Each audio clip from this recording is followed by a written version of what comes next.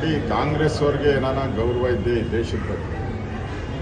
Security ಕೊಡುವಂಥದ್ದು ದೇಶದ military ವ್ಯವಸ್ಥೆ, ದೇಶದ ಸೈನಿಕರು, ನಮ್ಮ ಗಡಿಯನ್ನು ಕಾಯ್ತಾ ಇರುವಂಥ ಸೈನಿಕರು, ನಮ್ಮ ಪ್ರಾಣ ರಕ್ಷಣೆ ಮಾಡ್ತಾ ಇರುವಂಥ ಸೈನಿಕರು, ಅವ್ರ ಬಗ್ಗೆನೇ ಅನುಮಾನ ವ್ಯಕ್ತ ಮಾಡಿದ್ರೆ ನೀವು ಯಾರ ಬಗ್ಗೆ ಒಳ್ಳೆ ನಂಬಿಕೆ ಇಟ್ಕೊಂಡಿದ್ದೀರ ಅಂದರೆ, ಈ ದೇಶದಲ್ಲಿ ನಾವು ಸೈನಿಕರೇ ಪರಮೋಚ್ಚ ಅಂತ ಹೇಳೋವಂಥದ್ದು, ಯೋಧರೇ ಪರಮೋಚ್ಚ ಅಂತ ನಾವು ಹೇಳೋವಂಥದ್ದು.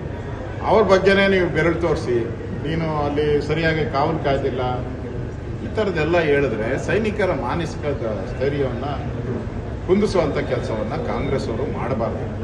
ಇಡೀ ದೇಶ ಒಟ್ಟಾಗಿ ಈ ಘಟನೆಯನ್ನು ಖಂಡಿಸಬೇಕು ಮತ್ತು ಇದರ ಪಾಕಿಸ್ತಾನದ ವಿರುದ್ಧದ ಹೋರಾಟದಲ್ಲಿ ಎಲ್ಲರೂ ಕೂಡ ಭಾಗಿಯಾಗಬೇಕು.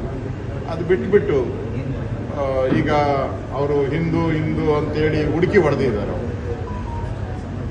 ಇದನ್ನ ಬೇರೆ ಕಡೆ ಡೈವರ್ಟ್ ಮಾಡುವಂಥ ಕೆಲಸವನ್ನು ಕಾಂಗ್ರೆಸ್ ಅವರು ಮಾಡಬಾರ್ದು. ಅದು ಸೈನಿಕರ ಮೇಲೆ ಬೇಹುಗಾರಿಕೆ ಸರಿ ಇಲ್ಲ, ಸೈನಿಕರು ಯಾಕಿರಲಿಲ್ಲ ಅಲ್ಲಿ, ಈ ಥರದ್ದೆಲ್ಲ ಹೇಳುವಂಥದ್ದು ಸರಿ ಇಲ್ಲ. ನಾನು ಹಂಗೆ ಪ್ರಶ್ನೆ ಇವ್ರಿಗೆ ಮಾಡಿಬಿಟ್ರೆ ಇವ್ರ ಯೋಗ್ಯತೆ ಏನಾಗ್ತೈತೆ? ರಾಮೇಶ್ವರ ಕೆಫೆಯಲ್ಲಿ ಬಾಂಬ್ ಬ್ಲಾಸ್ಟ್ ಮಾಡೋದಲ್ಲ, ಅವಾಗ ಯಾರು ಫೇಲೂರು? ಕುಕ್ಕರ್ ಬಾಂಬು, ಮಂಗಳೂರಲ್ಲಿ ಕುಕ್ಕರ್ ಬಾಂಬು ತಗೊಂಡೋಗಿ ಬ್ಲಾಸ್ಟ್ ಮಾಡೋ